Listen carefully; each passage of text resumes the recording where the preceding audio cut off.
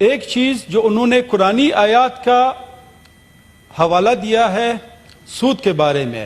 قرآنی آیات سنائی ہے، اللہ کا حکم سنایا ہے، میرے خیال سے ایک ہندو کی زبان سے اور ہماری کان میں آتے ہوئے میرا تو جگر میں آگ لگی۔ اب لوگوں کی جگروں میں آگ لگی یا نہ لگی وہ تو ہر ایک اپنے ایمان کو پھر دیکھے۔ ایک ہندو آج ہمیں بیٹھ کر سود کے بارے میں اللہ کا حکم سنا رہا ہے۔ تو میں اپنی بات آئندہ کروں گا، صرف یہ ایک بات چونکہ آگے آ گئی تھی، تو اس ہندو کے کہنے پر میں اپنے آپ کو ایک مسلمان ہوتے ہوئے، سینٹ جیسے ادارے کا ممبر ہوتے ہوئے، میں اپنے آپ کو علامتی تپڑ مارتا ہوں۔ یہ رہا تپڑ،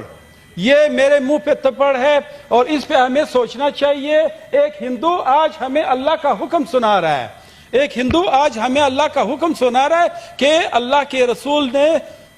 رسول صلی اللہ علیہ وآلہ وسلم نے 1400 سال پہلے اللہ کا حکم سنایا تھا، اور اسی وقت اس معاشرے میں سود ختم ہو گیا تھا۔ نہ صرف ہم 1400 سال سے انکار ہے، بلکہ آئندہ بھی ختم نہ کرنے کا ہم نے ایک چیز کی ہوئی ہے کہ ان سود کو ختم نہیں کریں گے۔ یہ اللہ کے حکم عدولی ہے، اس پہ برائے مہربانی بجٹ ہوتا رہے گا، معیشت ہوتی رہے گی، برائے مہربانی اللہ کے اس نافرمانی سے